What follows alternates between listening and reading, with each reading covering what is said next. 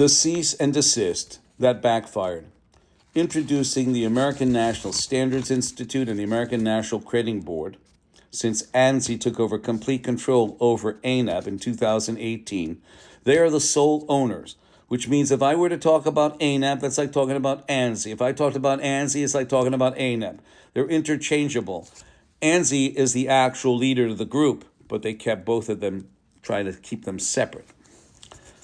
Ladies and gentlemen, business owners, members of the public, my name is Daryl Guberman, and today I am introducing to you to someone who has recently stepped into my life, not through conversation, not through debate, but through a cease and desist letter. Ms. Gail Matthews, General Counsel for the American National Standards Institute.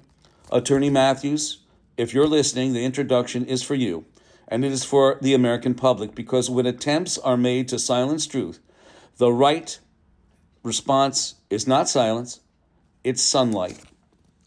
ANSI and ANAB, the accreditation structure you never heard about, ladies and gentlemen. Those of you who are in business, aerospace, medical, doesn't matter. Doesn't matter the industry. ANSI, ANAB. For more than a decade, I have been researching what I view as a deep structural issues in the accreditation system that governs U.S. aerospace manufacturing and quality. Based on documents, letters, and industry records I have personally reviewed, including a 2009 letter from a former ANSI leadership, I have stated that ANSI, ANAB, and the international counterparts play major foundational roles in organizations like the International Accreditation Forum and the International Laboratory Accreditation Cooperation. Whether ANSI-ANAB agrees or disagrees with this interpretation today, transparency is owed to the public, especially when accreditation affects the aviation industry, national security, and investor confidence, and other industries, national and international. 2002 to 2003, bulletins, quality, or revenue. Attorney Matthews, here is where the questions begin. The July 2002 and October 2003 supplier bulletins I have spoken about for years, instructed suppliers that they must be ANAB accredited or internationally equivalents, even though these equivalencies extend into nations with serious geopolitical tensions with the United States, and some of those nations are China, Iran, and Pakistan. They are equivalent to ANSI-ANAB. I ask respectfully but firmly, was this truly about quality, or was it about mandatory fees, database control, and revenue pipelines? These are valid questions rooted in documents that still exist, like the OASIS database, the Online Aerospace Systems Information System, mandatory or else. In 2003, the aerospace community was told participation in the OASIS database was mandatory. Refusal to participate, join, or pay database fees could result in certificate withdrawal. My public question to you, Attorney Matthews, is a database fee structured the backbone of quality or the backbone of control? 2009, Boeing's delegated authority and FAA oversight, self-certified aircraft technologies like the MCAS and aircraft designs. Another issue I raised, based on publicly known events, is that the 2009 delegation of authority that allowed Boeing employees to perform certain FAA oversight tasks and get paid by Boeing made basically the CEO an administrator because they had full-time Boeing/FAA employees. Attorney Matthews, my concern is not merely Boeing's internal decisions, but the interconnectedness of oversight and accreditation bodies. When two aircraft tragically crashed in 2018 and 19, Ethiopian Air and Indonesian Air, the FAA publicly stated, "We do not allow companies to police themselves or self-certify." Yet in earlier years, delegated authority had already been granted. The public deserves clarity, not contradiction. 2014 to 2024, Boeing on the Management System Accreditation Committee. Here is where the puzzle pieces converge. According to publicly accessible committee listings, Boeing held seat on the Management System Accreditation Committee that can grant, suspend, and withdraw certification for about a decade. And I have those documents. We took pictures. We have snapshots. During this time period, I have asserted, based on my research, that Boeing was not certified to AS9100 across its full corporate structure, and yet Boeing built more than 12,000 commercial aircraft and about 400 plus military aircraft in an environment that I have described as uncertified.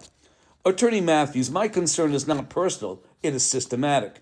Did this committee seat give suppliers and investors like BlackRock and Fidelity and Vanguard the impression that Boeing was operating under a full AS9100 certification? This is a question investors deserve answered. My trip to Washington, D.C. April 17, 2024, I attended the DHS subcommittee hearing, not as a speaker, but as a citizen, with documents I believe public should see. I stood up to voice my information about Boeing giving up on-site supplier auditing for 22 years under threat of getting thrown out or possible arrest. I stood up, and when I did, as a friend of mine recently said, Daryl, when you got up to speak, you were speaking for about 4 billion travelers annually.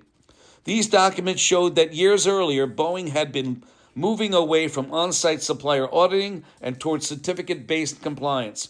To me, that is not a quality system, it's a loophole. My trip to Boeing facilities, October 2024, was precipitated by Elizabeth Lund, VP of Boeing, who gave an interview to Reuters in June 2024. I traveled to Everett, Renton, Auburn, and Northfield. I spoke with hundreds of employees, about 300 to 600, during my almost month there. My questions were simple. Are you AS9100? What is an internal audit?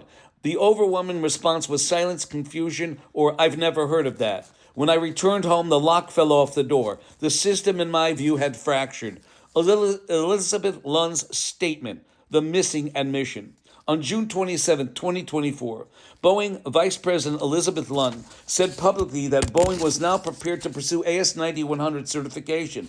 To me, that statement confirmed what I had suspected. For 22 years, Boeing was building aircraft without full AS9100 certification. This is not accusation. It is interpretation of her own words. Investors, illusion, and missing disclosure. Vanguard, BlackRock, Fidelity, State Street. These investors placed billions into Boeing around the time Boeing was prominently listed on the accreditation committees. Attorney Matthews, my question is again simple. Did that listing create an illusion, a belief that Boeing was operating under an accredited certification?